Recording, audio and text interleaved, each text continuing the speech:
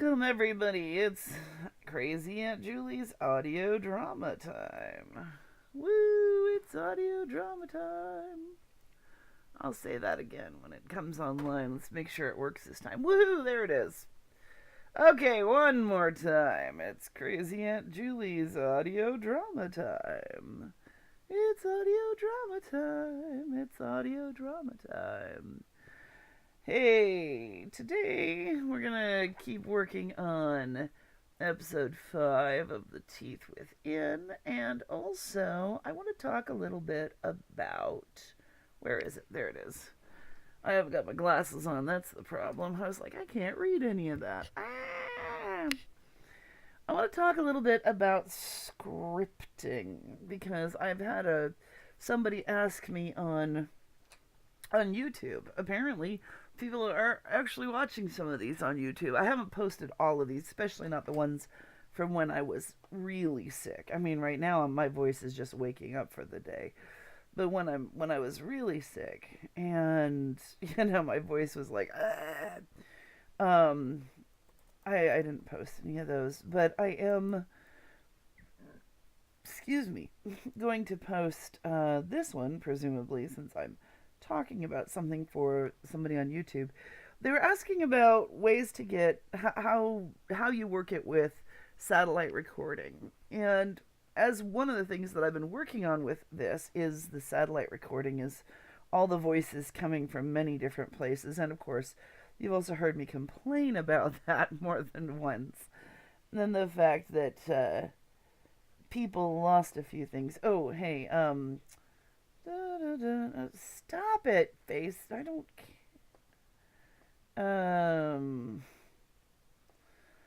Oh, anyway.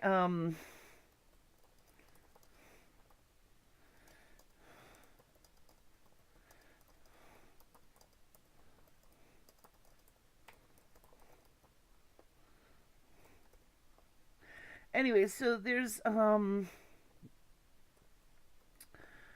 answer a question for one of my actors. Speak of the devil, actually. And I've got that, and I've got that. Oh, hello, excellent. But what I wanted to do was send one of my scripts to the computer that we're working on. I've got too many computers up and running at any given time, so it's kind of crazy keeping everything straight. But I figured if I show a script is one of the best ways to talk about the script. So, I'm going to send one of the scripts over there. Oh, hello. Hey, it's only been a few hours since I talked to you, Haddock. Got Haddock in there. We've got a quizzical Haddock over in the chat box. Oh, and lurkers are always welcome. You don't have to chat, but there's certain people who do like to chat and ask questions. I'm being all verbal today because I'm definitely posting this one to YouTube because I'm answering a YouTube question. So I'm trying to be as inclusive as possible, as long as I can remember where I put my script. I should probably just get Dropbox over there, but I don't like having Dropbox on everything. Okay, brain. There it is. Finally, woohoo. Okay. So, but yeah, I actually had a question over on YouTube about scripting and about getting people to record from elsewhere and then get them to use their stuff here. So first off, I've got Beverly's pickup lines here for scene 2. Yay. And I've got Mr. Brown's lines here. So that's... Seriously.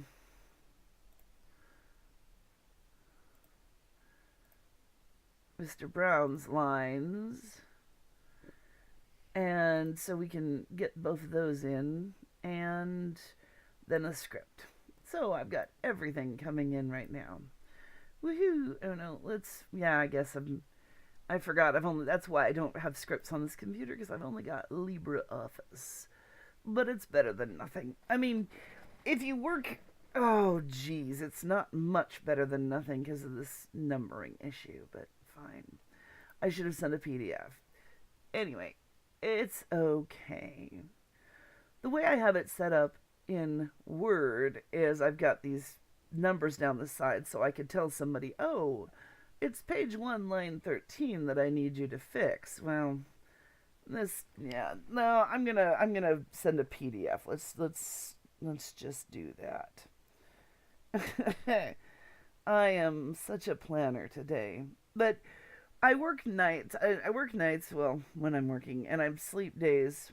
I just haven't been able to record because I do audiobooks, and it's been very frustrating not being able to record much at the moment because of my voice is not back. Though I'm hoping today will work.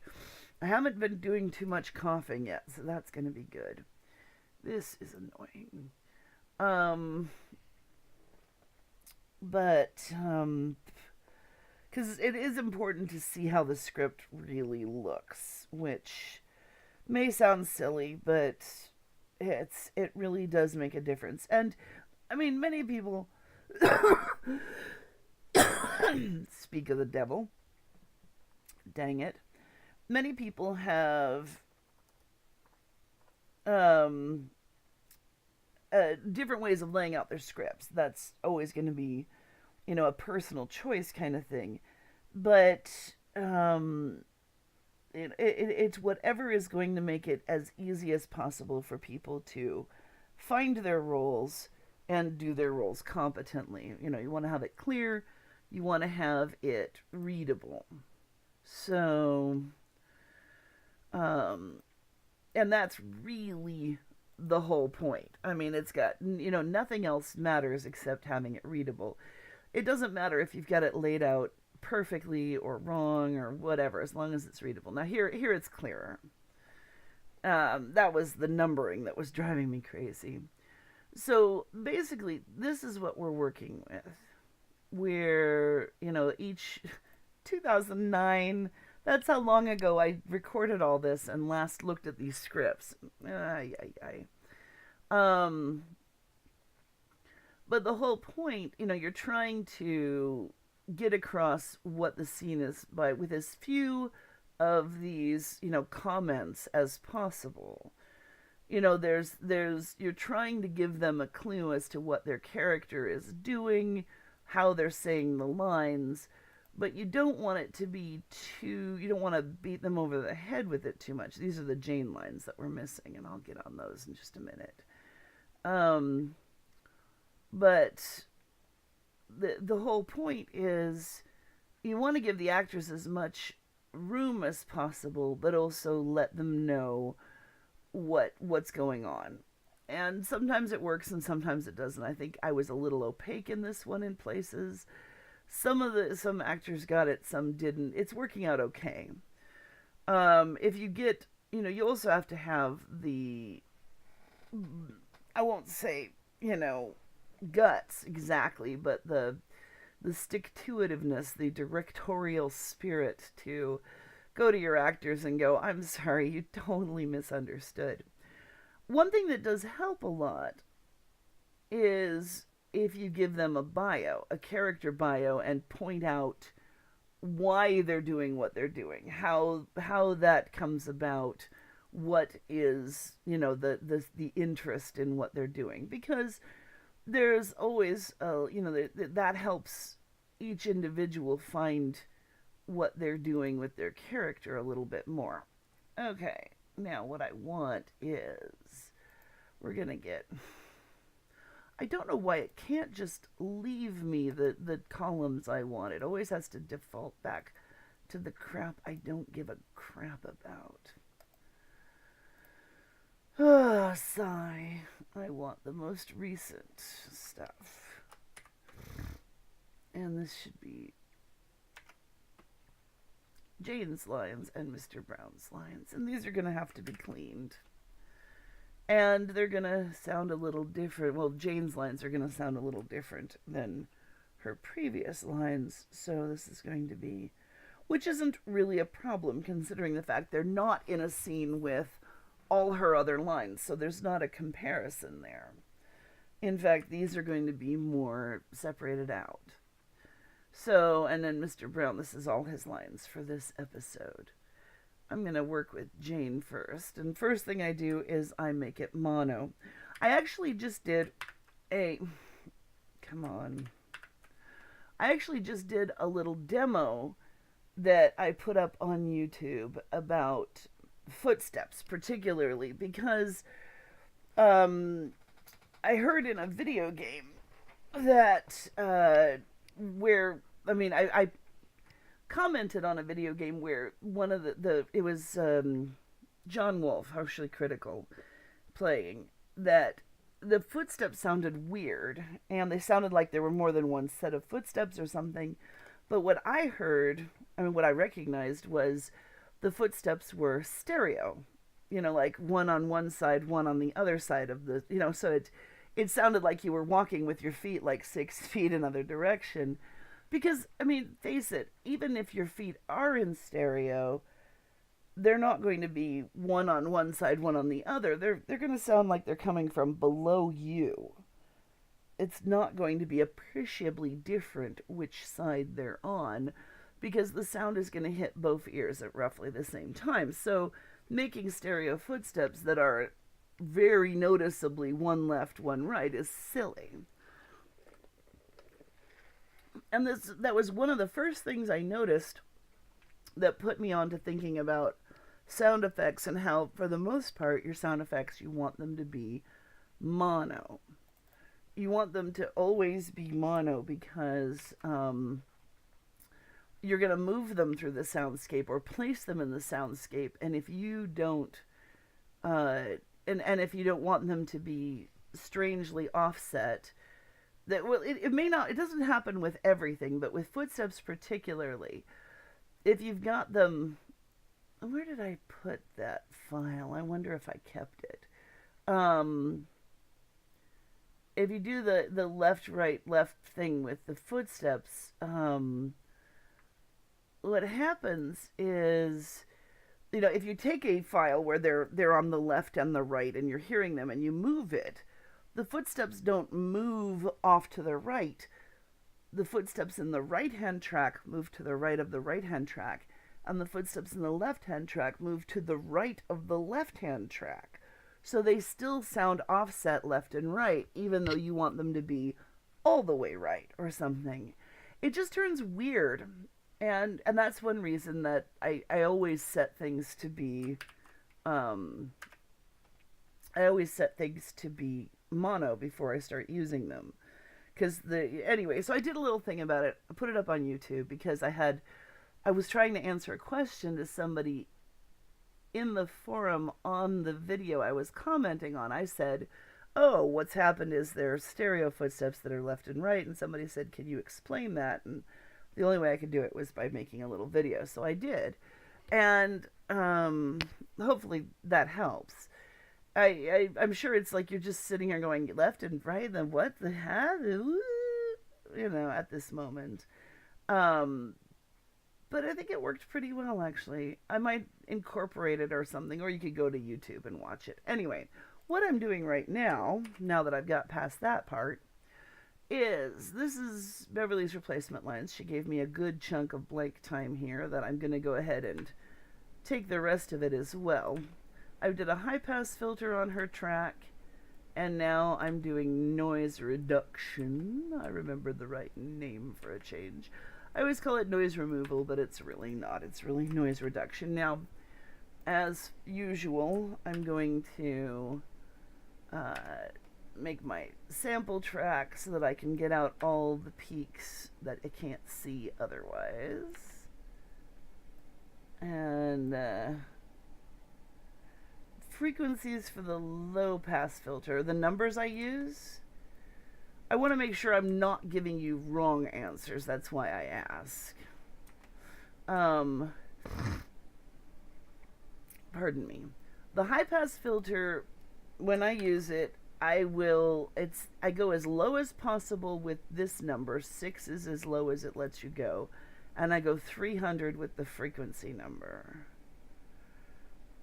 I would, for a male voice, if I can, I go lower even. I'll go to 200 sometimes. And the reason why is because this does pull out appreciable amounts of the lower the voice, the more it takes out. I'm dealing here, 300 is sort of my default, but anytime I can keep a little bit more of the lower voice in a male voice, I'll take it. I'll go with 200 instead. And take this up again because I like doing that. Oh, that's very scraggly. Just take out a few of the points here. Gotcha. Okay, good. Mostly I just try to have numbers that I can remember because that's, the big part is keeping it as simple as possible for me because I don't want a huge book full of, oh, remember this is this and that's that. And I'm like, nah. I want simple, easy to remember things that I can do repeatedly. This is not perfectly clean, but let's, give it a... But it's pretty decent, so... I'm going to use noise reduction, get my noise profile, made sure I had more than 5 seconds, and then I'm going to run it on the track with the voice in it. And... yeah, and you need to do a little bit experimenting what you want. I mean, there's times when people don't want, they'll use other noise reduction because they don't want to have that much. Oh, that's some nice work. Would be lovely with a pale blue. Oh, right, my headphones are turned down because I was playing Lobotomy Corporation. I was like, why is she so quiet? I can see it. Oh, that's some nice work. There we go. All right. So that we can take and we can go back into and open up scene 2 here in Teeth Within. Well, that's good. I mean, it's nice to know that some of the things I'm saying are actually useful. Not going into finals, we're going into scenes. Scene 2, behind the door. And I mean, it's always good to, well, know that I'm giving you something that's actually functionally helpful. Let me close a few of these screens. I've got an awful lot of screens open right now. Like this one has nothing in it. No, I don't need anything. And this one has, oh, this was actually my footstep track, because what I did, here, I'll show you. Let me close these ones. This one is what I built. I had to create this track because I've cleaned it out of so many of the tracks that I've done. I mean, I've cleaned it out of all of my tracks. But listen on headphones and hear this. I mean, it's silly because it doesn't make sense that you would have, one foot on each side, period, but people think of that as being stereo. And if you move it, and see, as you can, well, actually, let's put it back to the center here. I mean, that's somebody walking, with this 6 foot wide stride, or 2 people walking slowly on either side of you. But, and then as you move it, if you listen, let's see, I'm going to turn the sound up just a skosh.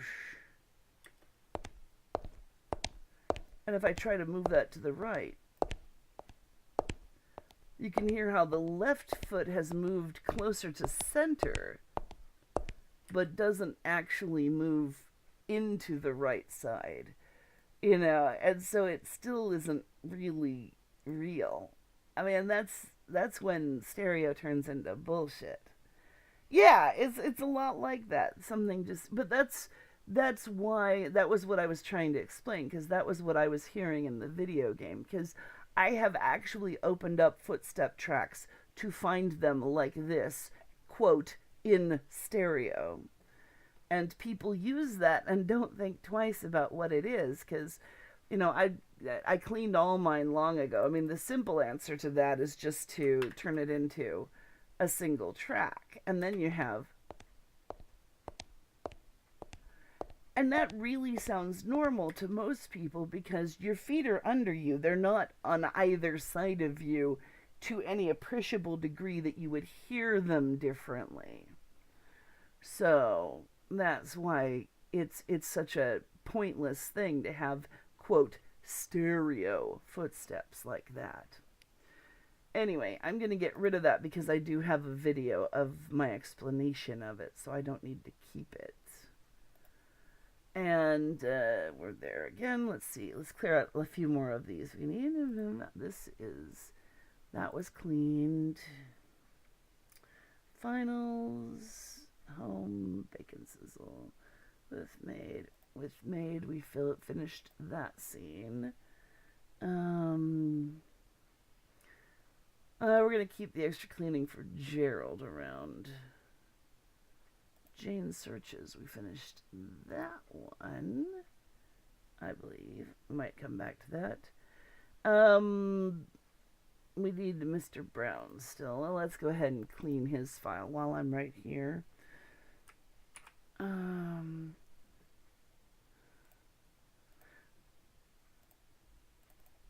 Let's see how.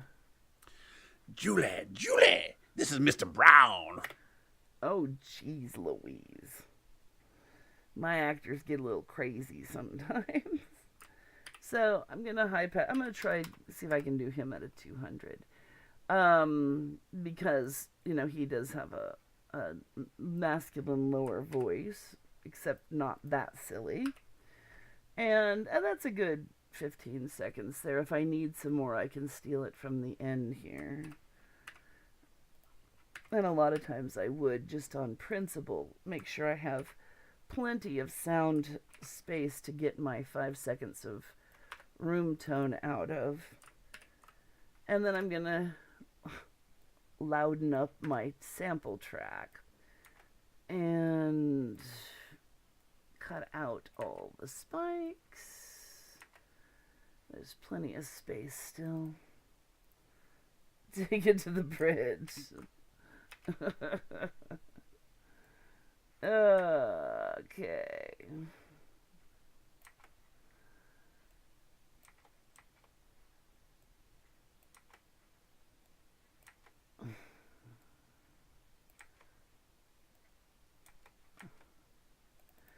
Yeah, that's enough to clean it. Oops. I could always make it, up again. Oh, there's a couple more little spikes I might like to take out. I mean, the smoother you can get it, the better, simply because it's going to take out of your sound everything that's in there. Ooh, spacing out. And get my noise profile and use it on the track with the voice. His sounds pretty clean to start with, too, so that's another reason I'm willing to just kind of do it quick. And so when I need it, I'll come back for this. I'll save this into the voices for this episode. Okay. I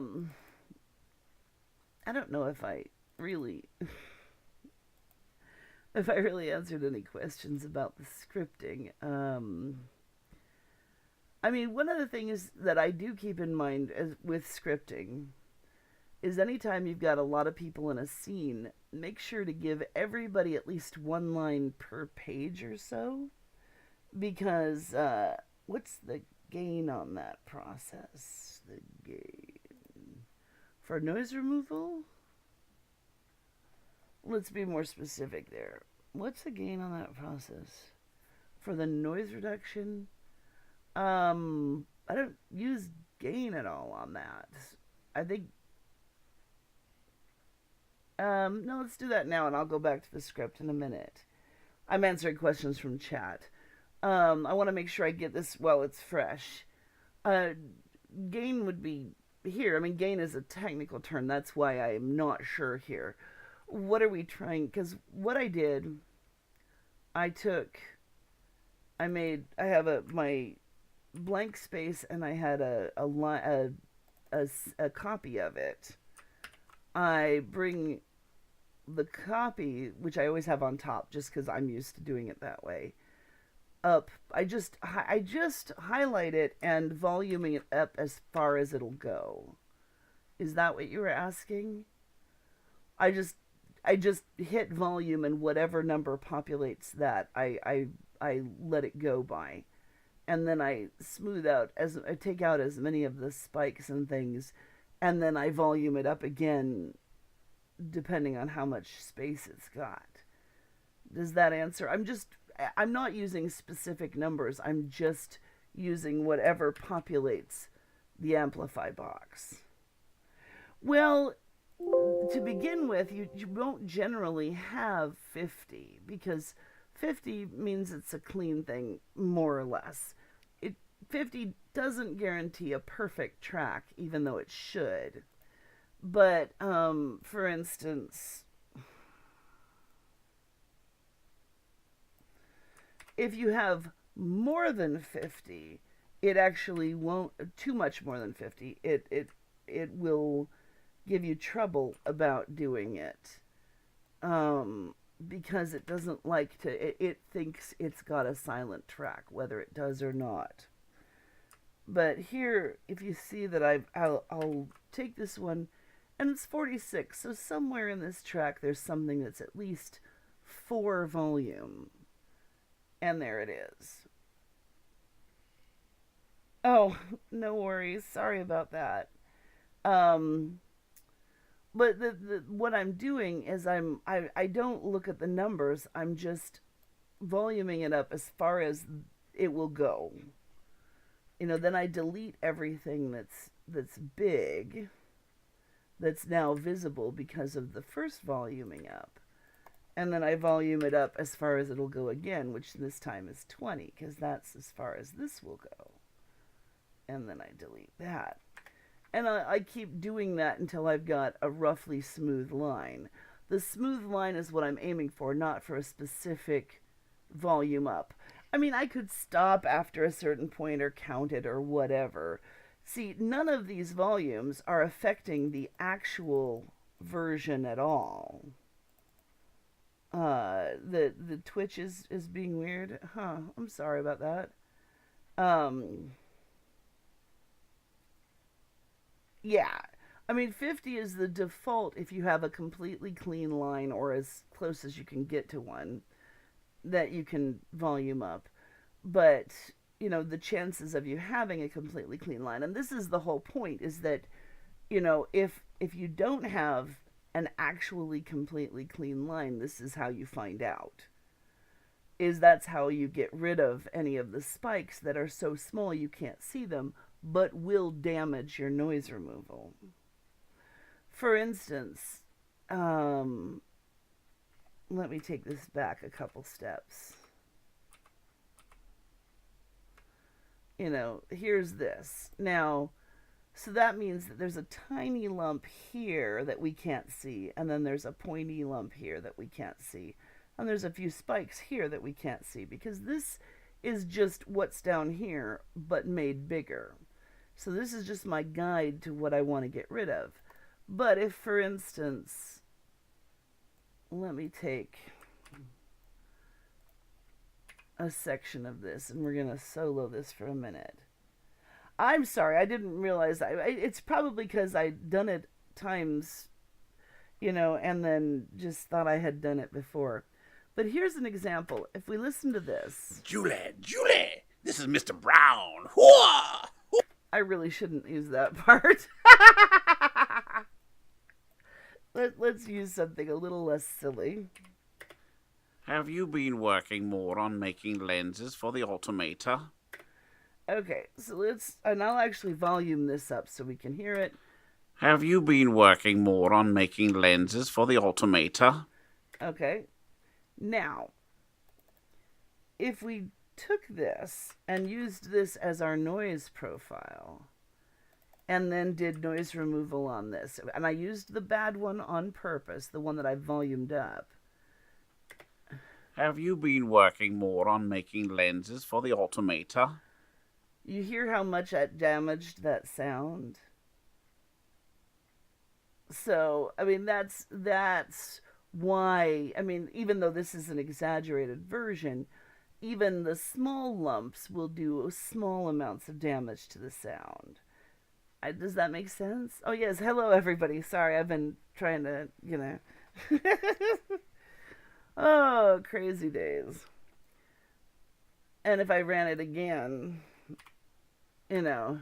Have you been working more on making lenses for the automata? Now, you can use this as a special effect where you deliberately overprocess something. But do you see what I mean about why I'm doing this? Is obviously this is 50 times worse than it would be if I used this track, or 43 times worse, or some variable. But at the same time, it's, every little bit is doing a little bit of harm, and that's why I get every little bit out before I use the track. I just want to make sure that I've hammered that completely into the ground before I move on. Are we good? This track up here we've actually cleaned, so we're good with that one. These are just the samples. Okay. Just for a bit, I'm going to talk about scripts. One reason I lay out my script like this, it's easy to read except on a Kindle, which is a pain in the butt, but it's easy to read on paper or on some things that's paper wide. It's, very clear who's talking where, and it runs about a minute per page, and that is what is important to me as a director, because I can go, oh, this is a 15-page script. It is, or 11-page script. It's going to be about 11 minutes long, plus credits.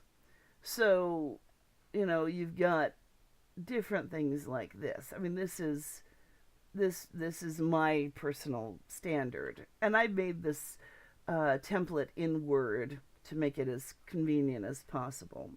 So then, and within this minute per page, one of my general rules is I want any character in a scene to say something during that minute, because since we don't have a visual to keep track of who all is in the room, the only way to do that is to make sure everybody announces that they're present at some point within a scene.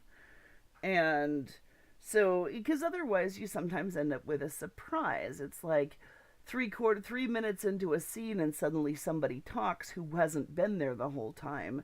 And people are like, wait a minute, when did they get there? The whole point is you don't want to surprise the audience. You're trying to make sure the audience. Okay, hold on. Yeah, I always understood the process, just clicking the stats. Okay, good. I just wanted to make sure that was getting clear. No, I know there's a lag on the chat room, so that I know there's always going to be a slight bit of back and forth between things there.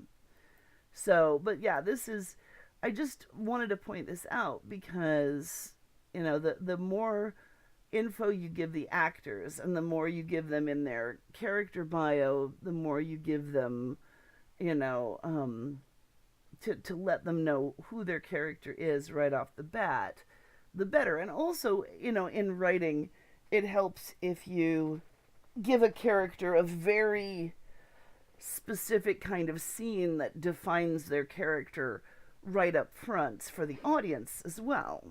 So the audience is like, oh, that's who this is. It's that person who was cooking spaghetti with a toasting fork or something.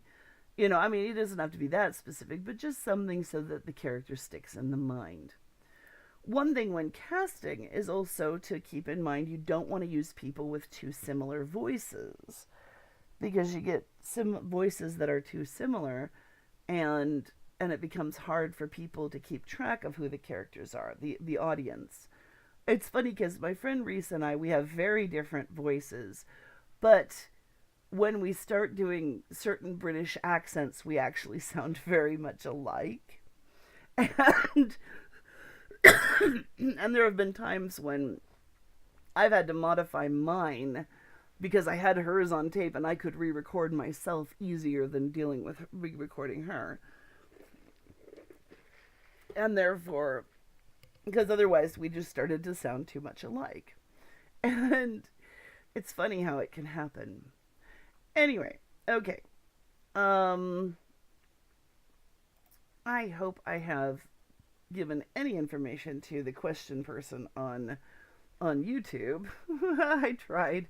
We get sidetracked a little bit. A little. Okay, back to a scene. Let's have a scene. We have this scene here. This is scene 2. So it's a good one to do. I'm going to bring Drab up, because he's really quiet at the moment. And then I can just take him down a little bit with my pop mute. Gerald probably has that noise. If I may make a suggestion.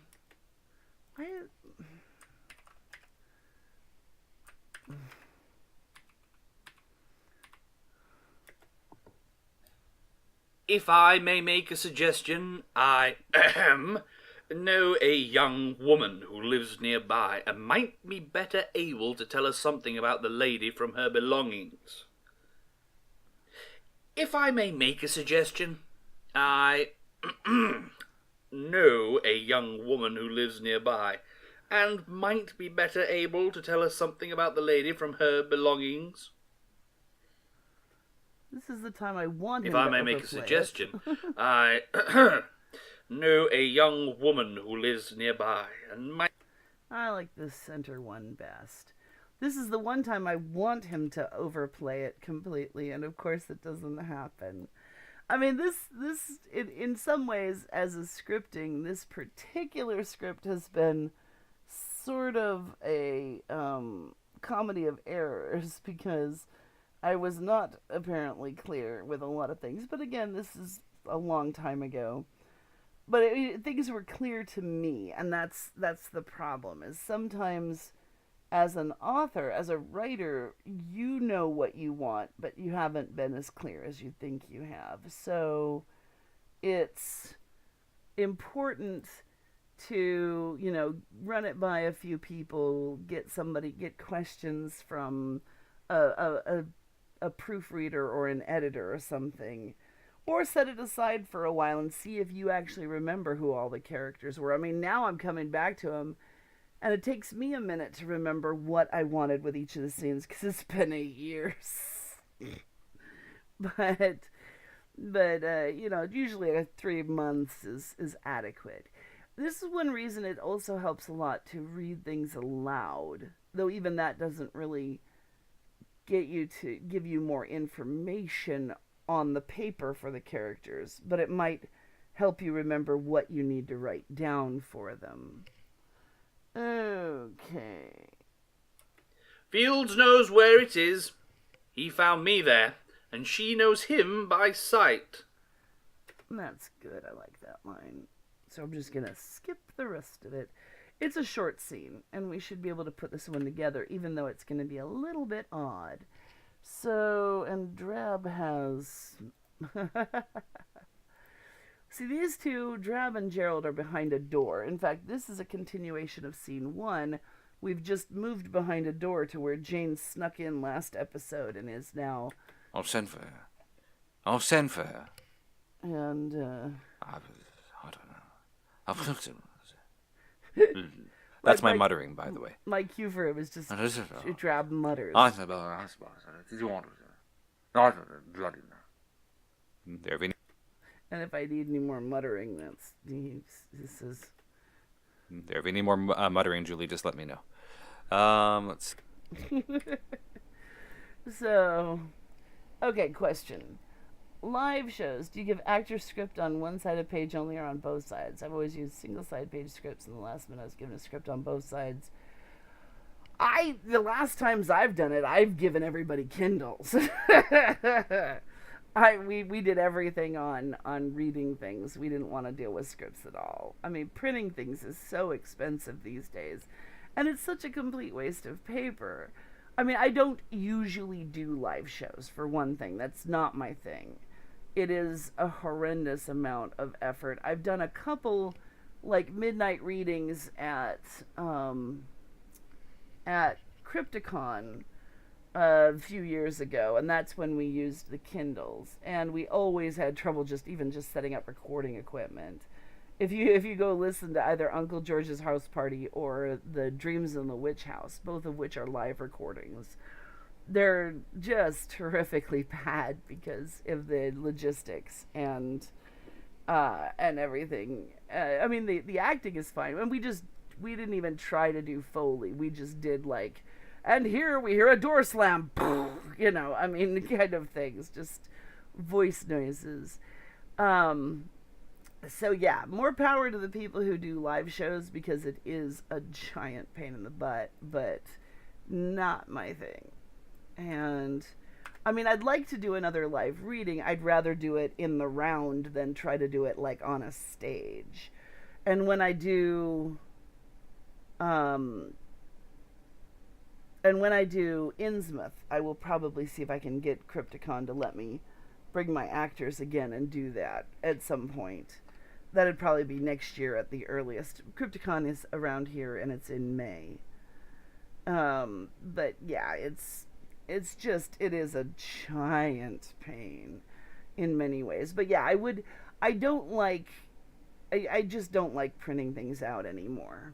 I mean, shoot, I don't have a printer, so for me it's like, oh, $6 a script, because I have to go over to Office Despot and have them printed. If you do get a script that's double-sided, one thing you can do to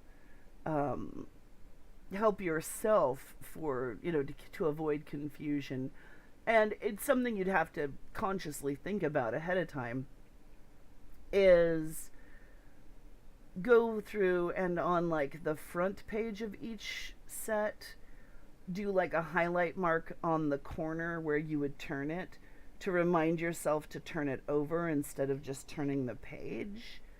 You know, do it just on the front so that you don't get confused when you turn it the other way. I don't know. It might work. Well, yeah, I like working with paper scripts, you know, especially for public things and highlighting and stuff. But I'll tell you, it just for that sort of thing, it is just really awkward is what it turns into. And yeah, and for satellite recording, I mean, really, when you're doing satellite recording, which is what we call it when you email out scripts and people email back lines, the first thing you have to do is in the audition process, and don't get me wrong, I hate doing auditions. I just do. I almost never do them. I just don't like the process. I don't like doing them. It's only when I need a very specific voice and I'm not sure that I can just ask someone for it that I'll do auditions. Or if I'm just casting about trying to get new people involved. But usually, by the time I've written a script, I already know who's already cast. And I do play favorites. I've got my core acting group that I default to a lot. And, you know, and they're my friends, and they're easily accessible, and most of them are, you know, very good to better, and a few of them are, oh, but I want to have them in it, you know, and I also, you know, I have friends who are like, oh, I just want to be in the show, and I'm like, okay, you know, I'll give you a part that you can't screw up, you know, so it ranges, but the idea for me, you know, if you're doing an audition, one of the things is to keep an eye on, you know, you're not just listening for a voice, really. You listen for their voice, you listen to see how well they interpreted the material that you gave them to audition with, how close they were, how much they picked up from your cues and things. And you listen to the sound quality of their recording. Because you can pick the best actor possible, and if they sound like they're in a tin can, they're not functionally usable for a role unless you're going to have them, their character at the bottom of a tin can. And you have to make those choices. If you're, if on the other hand, if you get people who are really, really eager but have no talent or have no skill, we'll just put it that way, because skill really is different than talent. You can learn skills. Then and they just want to be in the show, you make them a newscaster or something. Anybody can sound like a Fox newscaster. I mean, it doesn't take any skill. Or you make them a person in the crowd going, oh, look, it's a bird, it's a plane, it's Superman, or whatever. I mean, there's always, you put in a tiny role if you have to include your mom or somebody. But ultimately, over everything, it's, you're trying to find people who are going to be able to understand what you want and give you what you want. And so you build up these relationships with different actors about different kinds of things. And, you get, who needs more information and who's going to be able to run with it without it, who's going to really, analyze the script and figure out their character, and who's going to basically phone in their lines. And, sometimes you're fine with that. There's people who can phone in their lines really well because they're that good. And there's other people who, think they can do cold reads and can't. So, it's all these different factors that you have to take into consideration when you're casting. And, me, for the most part, like I said, I cast from my friends first. My core group is pretty simple. I mean, it's basically the core group for Fatal Girl. And these are mostly actors who I can actually have come to my house and record, because having everybody record in one place or time also helps with getting a certain amount of, you get some rapport going, and you also cuts down on the editing because that they've all got the same ambiance in the background. And, anytime you can cut down on the editing, that's great. But, at the same time, you can get really good performances by mail from a lot of people. So, I mean, there's no 100% answer. I mean, like at the end of this month, I'm probably going to have 3 or 4 of my core recorders in, and maybe we'll do something like The Trial of Myriad and try to get some of those lines recorded. It Gather Together gives chemistry, but also there's an odd backslide to it. There's an odd bad part, which is that you can't talk over each other. You actually have to give a second between lines, which is artificially weird, but it helps with recordings because otherwise you can't separate the voices. And so it's a little weird hesitation the actors have to be able to do, or else it messes up 2 lines and you've got to do them both again. And even when you're working with more than one microphone, which I don't think I've really got the setup for that at the moment because it's only on an old computer, it makes it awkward for, I mean, you're still hearing it and you still have to pull it apart somehow. It's one thing I deeply regret when I recorded Lonely at the Top, that we couldn't, that I couldn't separate some of the voices, and I only had one take for most of that. And so the end, I couldn't do quite what I wanted, but I got real close. And it still is an awesome episode that makes me cry every time I listen to it. It may not be everybody's cup of tea, but I really like it. you know. Anyway, so I hope that's, given a little insight there. Again, still trying to come up with more answers and responses to the question from the person on YouTube. I was just tickled to have somebody, because, I know Kim listened to a lot of these on YouTube because she's been trying to refresh, her memory as to how this goes. She hasn't mixed in about the same time I have. And she's actually really interested in helping if I do the Trial of Myriad. She's in it too. And, but having a complete stranger actually watching them on YouTube and commenting was actually really thrilling. I'm really pleased with that. So, yeah, it's so neat. And it's nice awesome having you guys here, Would too. be lovely with a pale blue ribbon. Oh, that's some nice work. Would be lovely with a pale blue ribbon. Yes, she's searching through this house. Bloody hell. Oh, yeah. And Kim did a really good job, keeping it simple and just getting across what needed to be getting across, and she did a really good job on it. And, I'd love to hear more from that, because I really like her stories there. We're trying to encourage her to do more.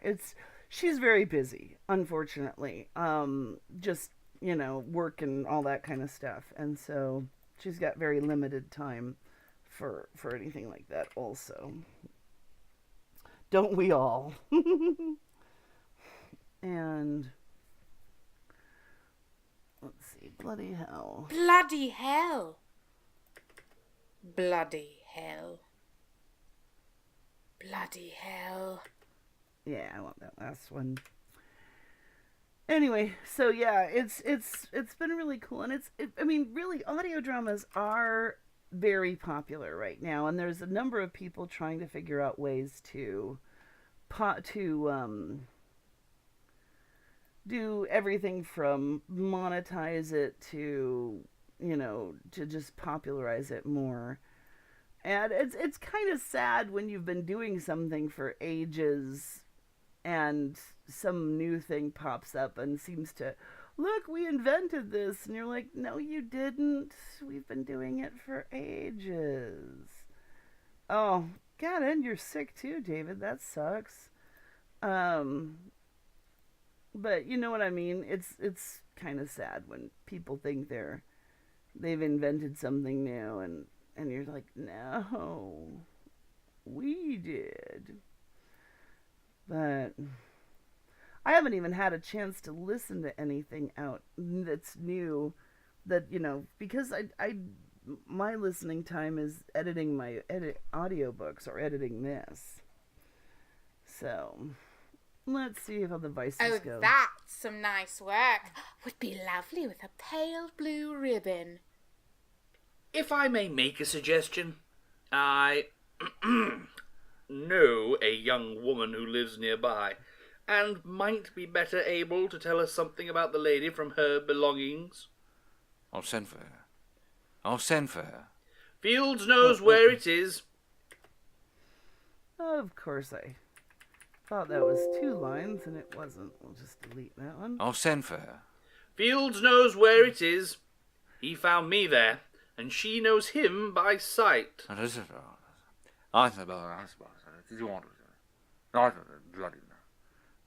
Bloody hell. So, where we are in this scene is we're in a room with Jane, and they're outside the room. So, this should be saved as edited, because I'm so clever. And then we'll go ahead and save it as, we'll add some sound effects, because she's basically going through drawers and stuff already. Because, of course, she jumped the gun to come here and see what was going on. So, let's go to...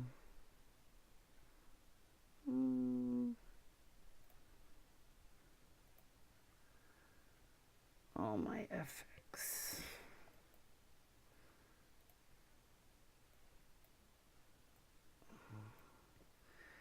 And we'll start to put some effects into place for 5, Scene 5, Episode 5, Scene 1. Where did I go? Wow, I'm spacing out. 5-1. And one of the things that I have actually as an effect in here is, I believe it's under wood noises. And I probably won't use this here. Burglar in office is a great set of noises.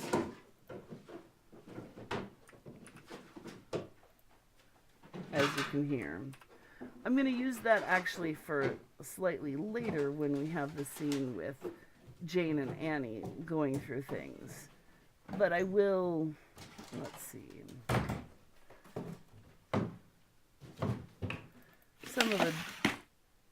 Some of the drawer noises here.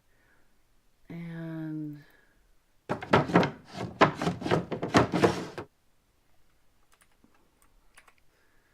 that she's going through. And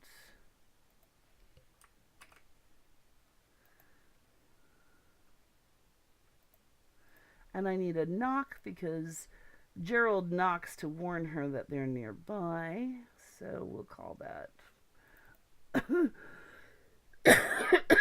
Actually, that'd be under door, probably.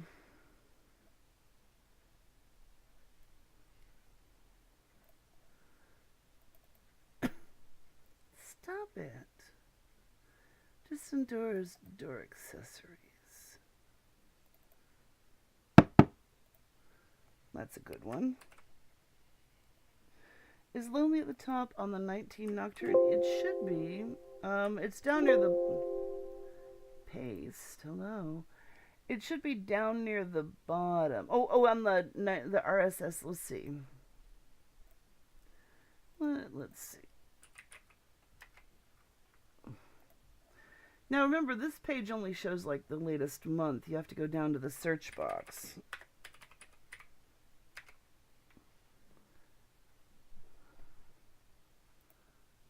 Yep. There it is. It's also on the YouTube page, which is 19 Nocturne Boulevard. And it should be somewhere relatively near the top here. It was only within the last, yeah, there it is. In the last couple of months I put it out. And I have been prolific. It's kind of crazy. I know. The problem is that the actual RSS feed page only shows the latest month or so. So unless you want to actually click back through... oops, one more. Unless you actually want to click back through all the months to try and figure out when it came out. And you can see that there were a couple of really sparse years here. There, it's like, well, when did that come out? No.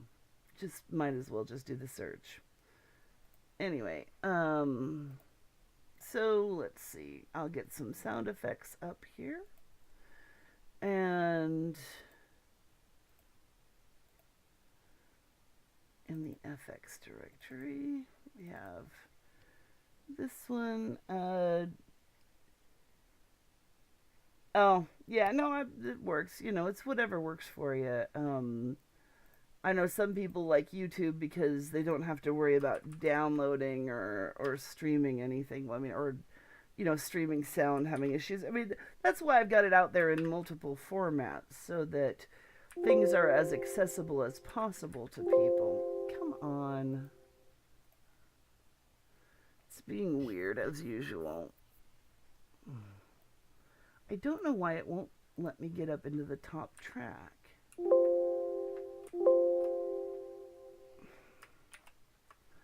It's just strange when it does that. So I've got a couple of different drawer noises here. I think I'm gonna go, we'll just have her have a drawer here. that she's opening, and we're gonna have her, she's being pretty quiet, so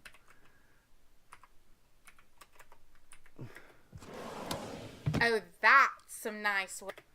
now she's over to the right here, so I want to keep the drawer over with her. And I'm gonna her track is a little bit sharp, so I'm gonna run a low pass filter on it and see how that sounds. Actually, I don't want to run that high of a low pass. I want to run this is where it gets confusing. We're talking about high passing. Low passing, the numbers go the opposite way. So a light low pass is a high number, while a higher low pass... Oh, that's some nice work. Would be lovely with a pale blue ribbon. So, because I'm going to run a much heavier high pass filter on the guys, because they're behind a door. So I'm going to run the low pass, and I'm actually going to take them down to 500. And then they're going to sound like... If I may make a suggestion, I know a young woman who... So I'm not going to do that yet because they get some sound effects, and then I've got to do a little bit of moving. But that's where the difference comes in. If you run a high pass too hard, they sound like they're on a radio because you take out all the low notes. While if you run the low pass too hard, they sound like they're behind a wall or something because you're taking out all the high notes. And that's not a bad thing. That's just what you keep track of. And maybe I'll just give them the two. Let's see what we can do here. Because there's not really much in the way of movement in this scene. I do want to have her, creep out afterwards. So, I don't mean oh, I'm so creeped out. But, creep out of the door, Which I do think I have... That's one of those sounds that I haven't had to look up recently. But I swear I used to have something like tiptoes, careful creeping...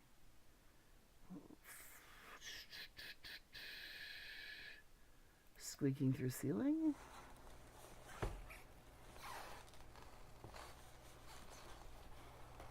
No. Stairwell walking. Hard sole slipper creaking. Of course it's not anywhere I can find it.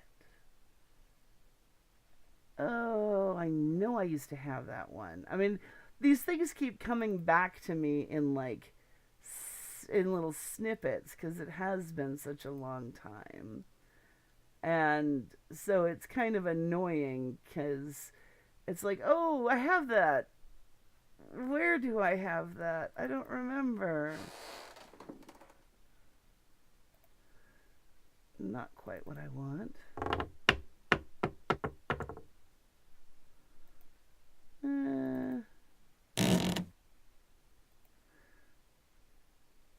I could use something like that just to throw in here, but it's not what I'm looking for. Even the best sorted things still are sometimes in the weirdest places. No. It's not in high heels. It's not here. Well, I'll fake it with the creak. I'm not going to worry about it too much. It just will get on my nerves if I don't. So we'll just do a little creaking here and there so we can get the creak. Make it make it mono, single spaced.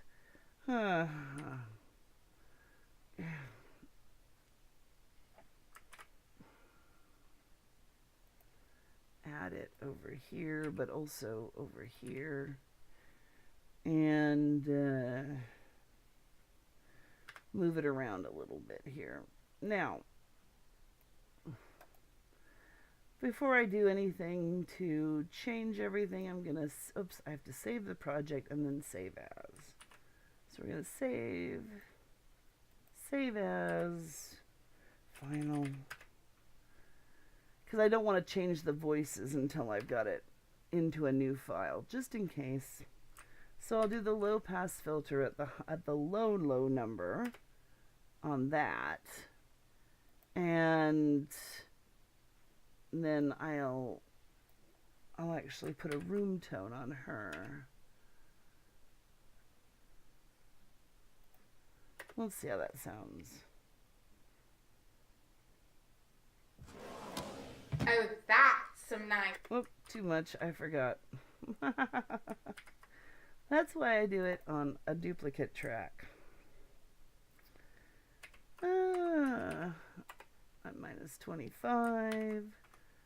Run the room tone, because it's overpowering if you do it on the normal track. That's why I do it on one that I can do more things to remove the extra noise.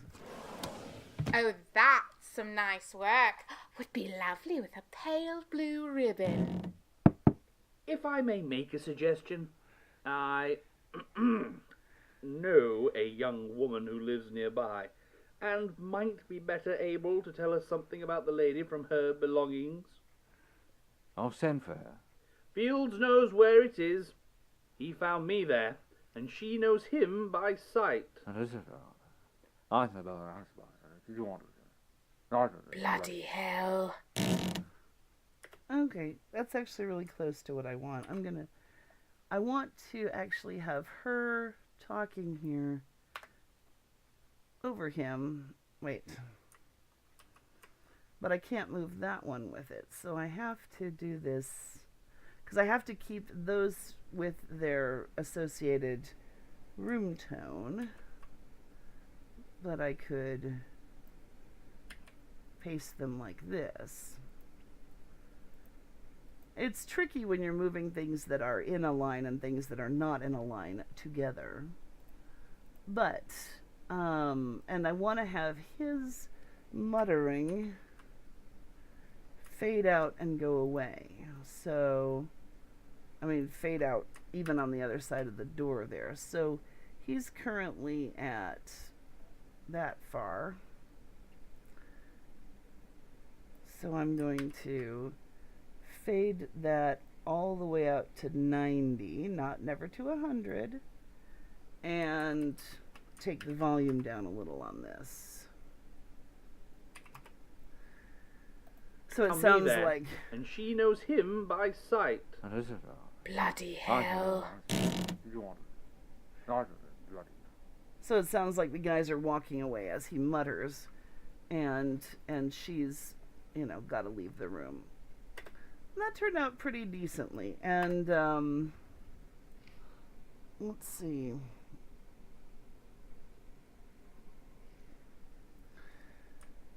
So save this. Of course, it doesn't make any sense to the person who walks into it in the middle of this and doesn't know that last episode we got sirens going by. I'm going to raise Gerald up just a skosh. And doesn't know that Jane's, like, in the house searching. But, you know, I'm assuming people are following this. Okay, so once you run room tone, they can't be moved separately. Well, the problem is, if we just isolate these three things here, you know, if I for instance took her off, you still hear the room tone for her, because the room tone mirrors this sound. If I turn this up, for instance. Bloody hell. So, and if I move her away from her room tone, it'll sound like a weird echo. So what I would do, if I couldn't easily move it, I would move them, move them all together. I would delete the room tone, move them, and then regenerate it. But since I could sneakily move her and the squeak and the room tone for her and the squeak, Because if you mute the squeak, Oh. you'll still hear a little bit of room tone for the squeak, especially if and that's why you have to keep them together. More distracting than having no room tone would be having room tone in the weird in a place separate from the sound that it's reflecting. I mean, you can always regenerate it. It's super easy. But you see why I don't put it on the track itself, because if I put it on, say, this, it sounds like this. Oh, that's some nice work. Would be lovely with a pale blue ribbon. You know, and that's just way too much. As opposed to, you know, having it. Oh, that's some nice work. Would be lovely with a pale blue ribbon. And I, you know, if I, I mean, it's super quiet because I've only got a little bit of it on there, but that's all I need. I don't want it to be an overbearing sound. It really is just like a tiny bit of rinse. Yeah. It's just the tiniest bit of extra sound to smooth things out and make them sound like they're in the same place. So once more through this whole scene. And the nice thing also is if it's on its own track, I can change the gain Oh, here. that's some nice work. Would be lovely with a pale blue ribbon. To experiment if I want it louder. If I may make a suggestion, I know a young woman who lives nearby and might be better able to tell us something about the lady from her belongings. I'll send for her. Fields knows where it is. He found me there, and she knows him by sight. Bloody hell. So, yeah, you don't want the small echo, but you also, as long as it's on its own track, I can, while the scene is progressing, change the gain and see if I want it to be higher up or something. You know, I can... Oh, that's some nice work. Would be lovely with a pale blue ribbon. You know, you can adjust it to suit yourself. You can't adjust it once it's on, period. If it's in its own track, though, you can. There's a lot of different reasons for doing things. I mean, I do things in weird ways, but I usually have some explanation for it. Sometimes I don't, because sometimes I'm just strange. But sometimes it's just how it sticks in my head. But a lot of times there is actually reasons for it. So if we take this scene, mix it. Oh, I don't need that track anymore, obviously, because I got her voice. Copy it, unmix it. Delete that again because I forgot where I was. And then put it into the finals here. Yeah, well, I'm glad you're getting something out of my tricks. I mean, I really did just teach myself most of this. And so a lot of my ways of doing things are maybe not the most efficient. Because, you know, I figured out some odd way to do something. But it doesn't necessarily mean it's bad. You may learn a more efficient way or a more, you know, simple way. But at least you know there is a way. So let's listen to this so far, just these first couple 3 scenes here, because that's what we've got, and see how it flows. That's the ending of the opening credits. Had you been in this establishment prior to today, sir? Of course not. It's simply not done. You needn't condescend. Was I? My apologies. Do go on. Please describe this, Miss McAdams. Oh, well, average height, light brown hair, very stylish, very pretty. Did you notice anything in particular that might aid in identifying her? Certainly not. One doesn't look at a woman on another man's arm that closely. It's simply not done. Inspector, May I offer a word of suggestion? Continue. I truly do not mean to come off as whatever it is that I am doing that seems to annoy you so fiercely. I presume it is a class issue, You put things rather bluntly. and I gather that you do not approve of all of this. Can we come to a compromise? In what particular, sir? Think on this. Were you called upon to investigate a murder among the Chinese or the Hindu, Heaven forbid. you would like to try and find someone among them who could translate for you and help you to understand any special motivations that might lie behind the crime. Oh, that would be logical. Inspector, I propose that, rather than think of this as a class issue, you consider the peerage as a foreign country. And I am offering my services as your friendly native guide. Well, but like the Hindus or the Chinese, you might choose to hold back vital information. Always possible, yes. At least you are an honest Chinaman. And in return... Daniel Gregory was not one that I would call a friend, but I have been acquainted with him for years, and I feel for his family. I want to see the blackguard that did this brought to justice.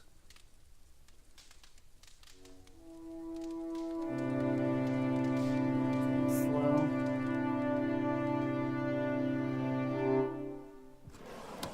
Oh, that's some nice work. Would be lovely with a pale blue ribbon.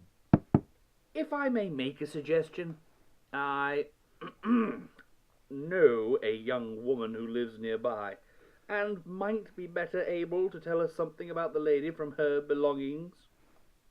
I'll send for her. Fields knows where it is. He found me there, and she knows him by sight. And is it? Bloody hell. You want it? I bloody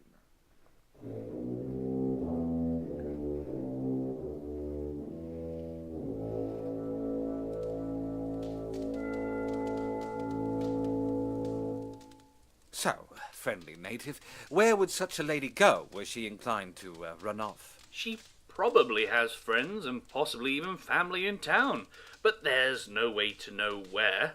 There's no hiring exchange.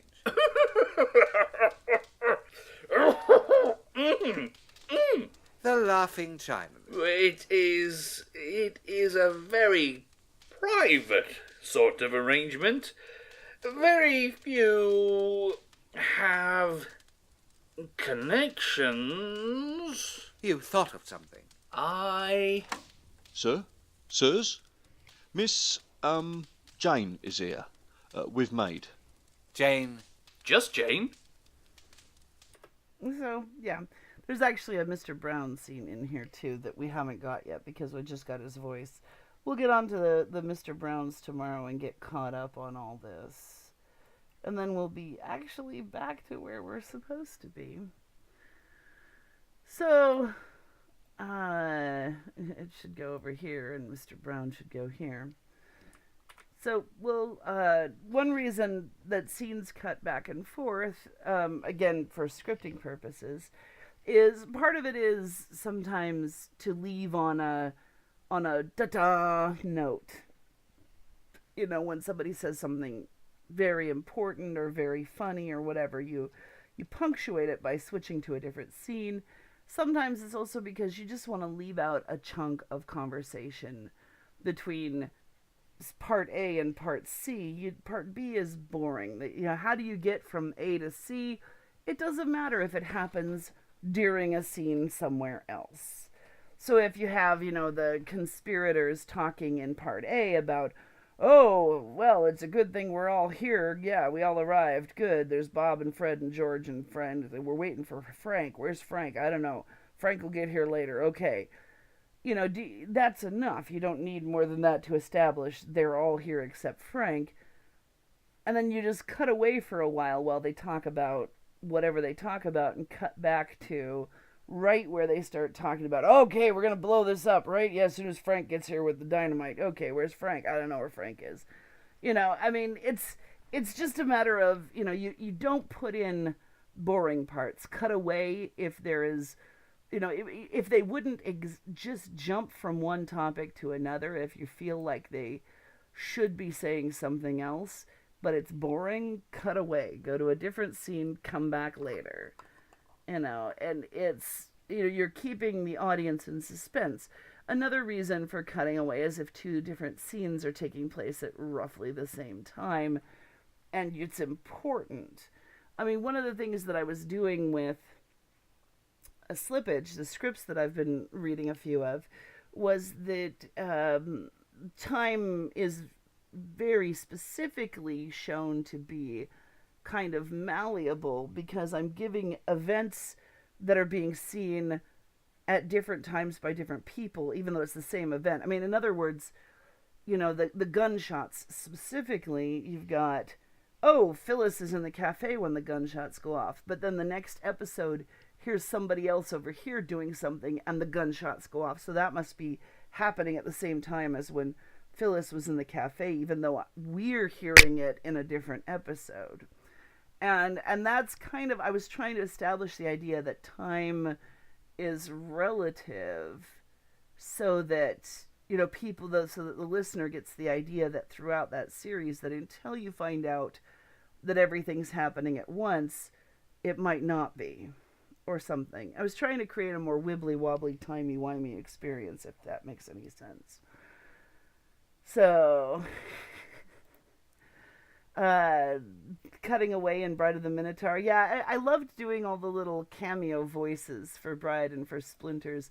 I didn't do that here, and I could have done, but I don't know. I wanted it to be a little bit more currently time, not cutting away constantly, though I did like what I did in there. Anyway, so I'm going to wrap up for today. Any last questions before we close off the recording, at least? And if I do any script reading, it'll be after I end the recording, because I want to make sure the episode is short enough for me to get it over to YouTube. It's for then hopefully it answers the questions, any of the questions of the YouTube Inquirer. I'm going to go ahead and stop recording here.